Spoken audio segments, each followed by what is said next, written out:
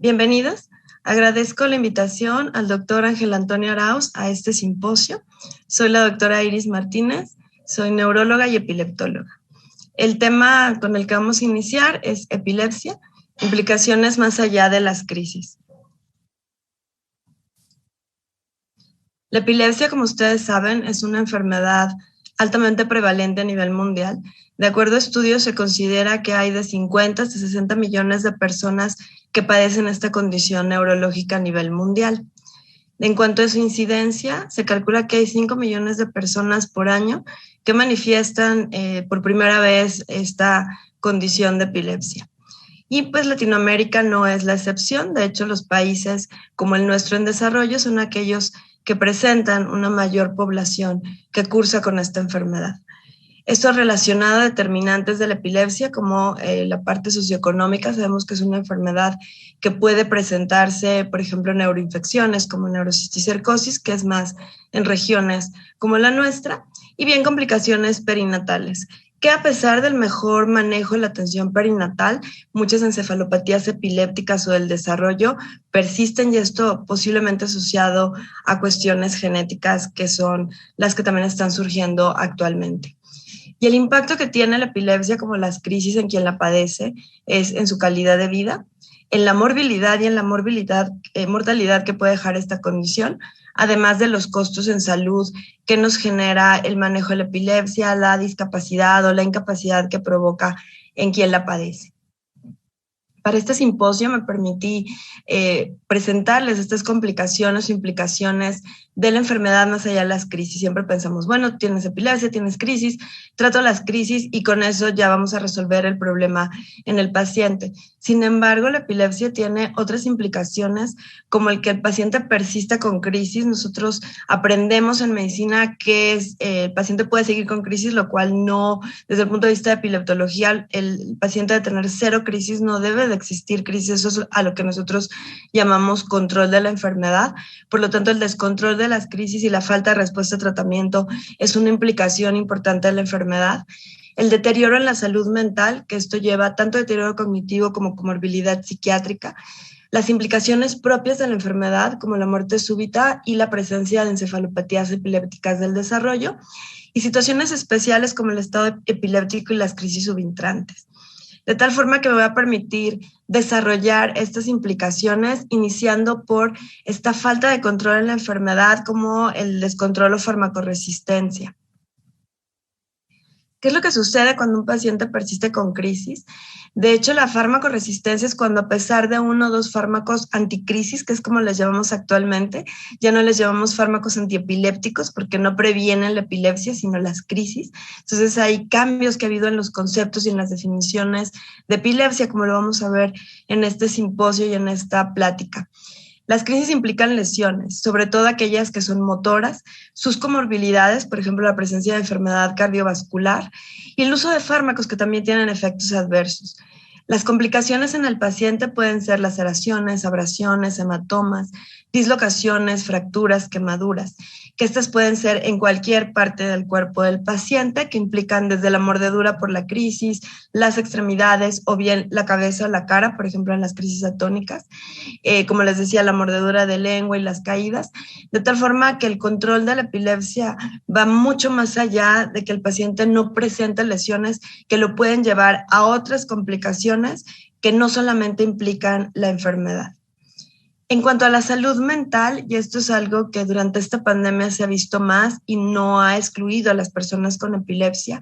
el deterioro mental se puede llevar en epilepsia como la parte cognitiva asociada a la crisis, como al uso de fármacos anticrisis, y la presencia de comorbilidades psiquiátricas, que son las más frecuentes en las personas con epilepsia.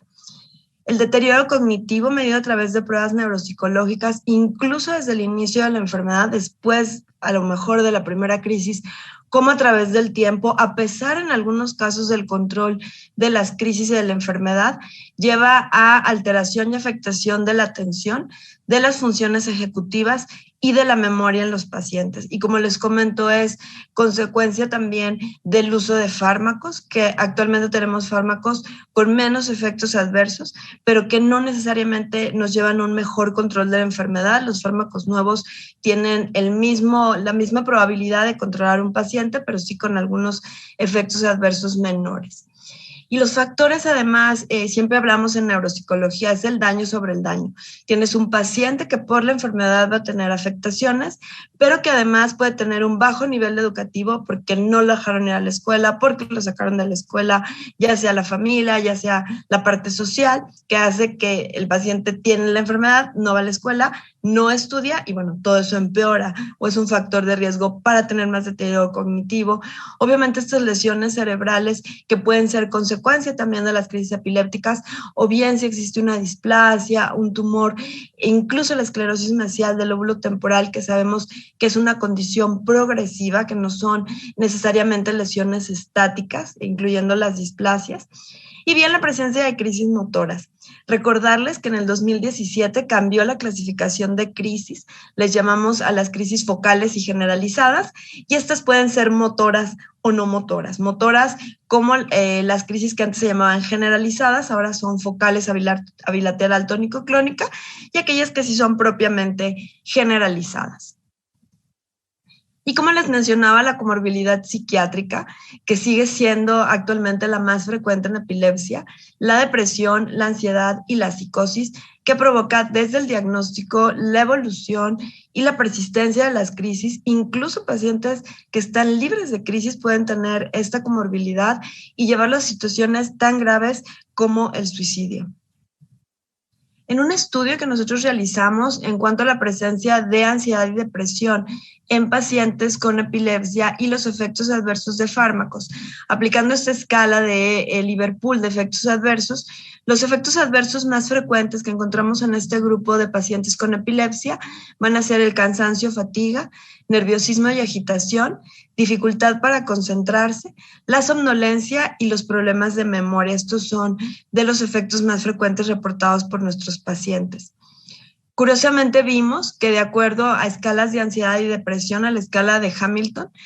y la escala de Liverpool, a mayor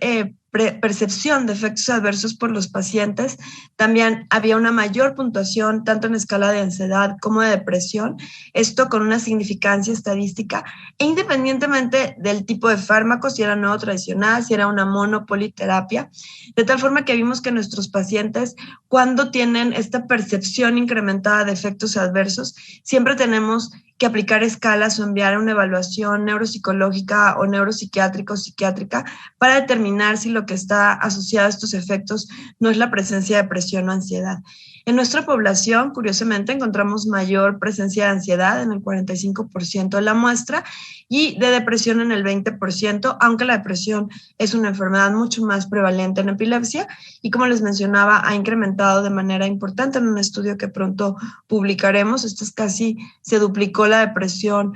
durante el inicio de la pandemia por la COVID-19. En cuanto a la epilepsia por sí misma, hay una situación que se conoce como muerte súbita en epilepsia, por sus siglas en inglés SUDEP, como las encefalopatías epilépticas y del desarrollo. La muerte súbita inesperada en epilepsia es aquella que es repentina, como dice su definición, que no es esperada, que puede ser presenciada o no necesariamente, que son pacientes que solamente presentan epilepsia donde aparentemente no hay otra comorbilidad sistémica o si la hay, esta está bajo un control. No hay evidencia de que el paciente haya presentado una crisis epiléptica, sino hay, pues, la causa sería la crisis epiléptica y que excluye un estado epiléptico documentado. Esto, el diagnóstico de muerte súbita es post-mortem y no revela aparentemente una causa de muerte. La muerte súbita, todos podemos morir súbitamente, es lo que nosotros explicamos a las personas con epilepsia, pero quien tiene un factor de riesgo mayor va a ser las personas con epilepsia, cuando la epilepsia es resistente a fármacos o cuando están en una politerapia. La edad y la duración de la enfermedad, un coeficiente intelectual bajo, que esto es más en epilepsias que inician en el recién nacido o en la niñez, En el sexo masculino, en los hombres, esto es más frecuente. Cuando hay una lesión, cuando hay alguna causa estructural de la enfermedad, de acuerdo a esta nueva clasificación, cuando el paciente no tiene adherencia terapéutica, que esto es también algo que se ha documentado, o bien el uso o el abuso del alcohol. Si hay debates aún que tanto informar al paciente muerte súbita, es algo que debemos de considerar los factores. Quien debuta con epilepsia es quien también tiene más riesgo de muerte súbita porque es un paciente que en ese momento no está manejado. Sí es algo que debemos explicar a nuestros pacientes dentro de todas estas implicaciones, más allá de las crisis, es la presencia de esta alteración y que con el tiempo se sigue estudiando cuál pudiera ser la causa, además de estos pacientes que tienen un control adecuado, que no entran en ninguno de estos factores de riesgo y que puedan presentar esta condición que, bueno, tiene grandes implicaciones para la familia. Y las encefalopatías epilépticas, si bien los pacientes pueden tener epilepsias fármaco-resistentes, el presentar muchas crisis lleva alteraciones de memoria, como mencionamos, pero las encefalopatías son un grupo especial que de hecho está abierta la página de la ILAE en cuanto a estas nuevas publicaciones en el año 2020, donde se puede hacer opiniones sobre los síndromes. Si bien en el 2017 ya salieron la clasificación de crisis, ya viene la clasificación de síndromes, son estos avances con el uso de diferentes tecnologías donde ya podemos hacer diagnósticos más específicos en epilepsia, incluso terapéuticos. Las encefalopatías epilépticas y del desarrollo, como se conocen actualmente, son fármaco-resistentes, presentan alteraciones típicas o hallazgos típicos anormales en electro y además se asocian alteraciones del neurodesarrollo.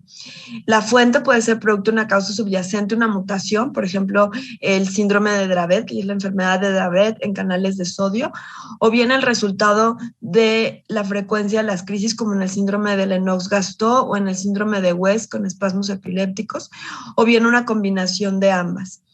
En estas encefalopatías es la misma actividad epiléptica que contribuye a estas alteraciones cognitivas en los pacientes y también a cambios conductuales que van mucho más allá de lo que por sí mismo esperaríamos por la misma epilepsia o por las crisis y que además en el transcurso del tiempo pueden empeorar, algunas sí estabilizarse en la edad adulta si es que persisten, pero las encefalopatías epilépticas se asocian a una alta morbimortalidad, estos pacientes tienen una alta mortalidad. Y recordar dentro de las novedades terapéuticas en general en epilepsia y encefalopatías es hacer un diagnóstico oportuno y adecuado, manejar las crisis, como les decía en esta charla, y las comorbilidades. Las encefalopatías se tratan con fármacos anticrisis, de los cuales digo hay muchos desarrollos en la actualidad. Tratamientos hormonales esteroideos que ahora utilizamos nosotros, incluso anticuerpos para el manejo de la epilepsia. Dieta cetogénica, que es un tratamiento que tiene mucho tiempo y que estamos empezando a usar en poblaciones como el adolescente o el adulto. Antes era mucho más utilizada en niños. Y la cirugía de epilepsia, como las maniobras de neuroestimulación, que si bien no son nuevas, sí se siguen desarrollando, se siguen utilizando en epilepsia. Y no olvidar situaciones especiales de la enfermedad como el estado epiléptico o el estado de crisis o estatus epiléptico y las crisis subintrantes. El Estado se ha definido como esta falla mecanismos en la terminación de las crisis o estas crisis prolongadas y que nos traen consecuencias a largo plazo en el paciente de muerte neuronal, de lesión y de alteración de redes. Y que se ha definido con dos tiempos, esta definición operacional de estado como un tiempo 1, que la crisis se prolongue o lleve esta actividad continua de que no es la crisis como este paroxismo, las crisis, recuerden, dan y se quitan, y el tiempo 2, que es cuando ya tenemos consecuencias a largo plazo. Esto difiere según el tipo de crisis, es una crisis motora, que ahora les decimos focal, bilateral tónico-clónica o generalizada motora. El tiempo 1 es 5 minutos y el tiempo 2 es 30 minutos, en donde tiempo es cerebro. Si la crisis es una crisis focal continua, pero el paciente está consciente, por ejemplo, crisis clónicas, este tiempo 1 son 10 minutos y el tiempo 2 puede ser 60 minutos para actuar. Y si es un estado no motor, en donde el paciente tiene una crisis focal con conciencia alterada o con un deterioro de la conciencia que tiende a ser prolongado, el tiempo 1 son 15 minutos y el tiempo 2 aún no se definen estos estados que antes se conocían como no convulsivos. Y recordarle las crisis subintrantes, que son aquellas que el paciente, si tiene más de 3 crisis en 24 horas, obviamente diferente a su patrón de crisis, en un periodo de menos de 8 horas, este paciente se tiene que manejar como un estado epiléptico y se presenta en el 13 a 16% de los pacientes ambulatorios y en el 18 al 61% de los pacientes hospitalizados. ¿Qué riesgos tienen estas crisis repetidas? Tener un síndrome, un episodio previo, una epilepsia focal, una epilepsia extratemporal, historia de traumas craneoencefálicos, epilepsias de larga evolución como farmacoresistentes, y las crisis subintrantes pueden presentar complicaciones como psicosis posictal, deterioro cognitivo, lesiones y depresión respiratoria asociada a las crisis o bien a los tratamientos como el uso de benzodiazepinas, pero si no se tiene que manejar como un estado epiléptico. Para finalizar, recordarles que la epilepsia es la enfermedad neurológica grave más común a nivel mundial, de acuerdo a la Organización Mundial de Salud, que el manejo de la epilepsia requiere más que el control absoluto de las crisis epilépticas, como lo vimos, la epilepsia va más allá de las crisis, y que hay que conocer estas complicaciones y riesgos para poder darles un manejo oportuno y mejorar la calidad de vida y la vida de nuestros pacientes con epilepsia. Agradezco nuevamente al doctor Ángel Antonio Arauz la invitación a la Academia Nacional de Medicina. Este es mi equipo que siempre me apoya en la búsqueda bibliográfica y la realización de estas sesiones. Y a ustedes, muchas gracias por su atención.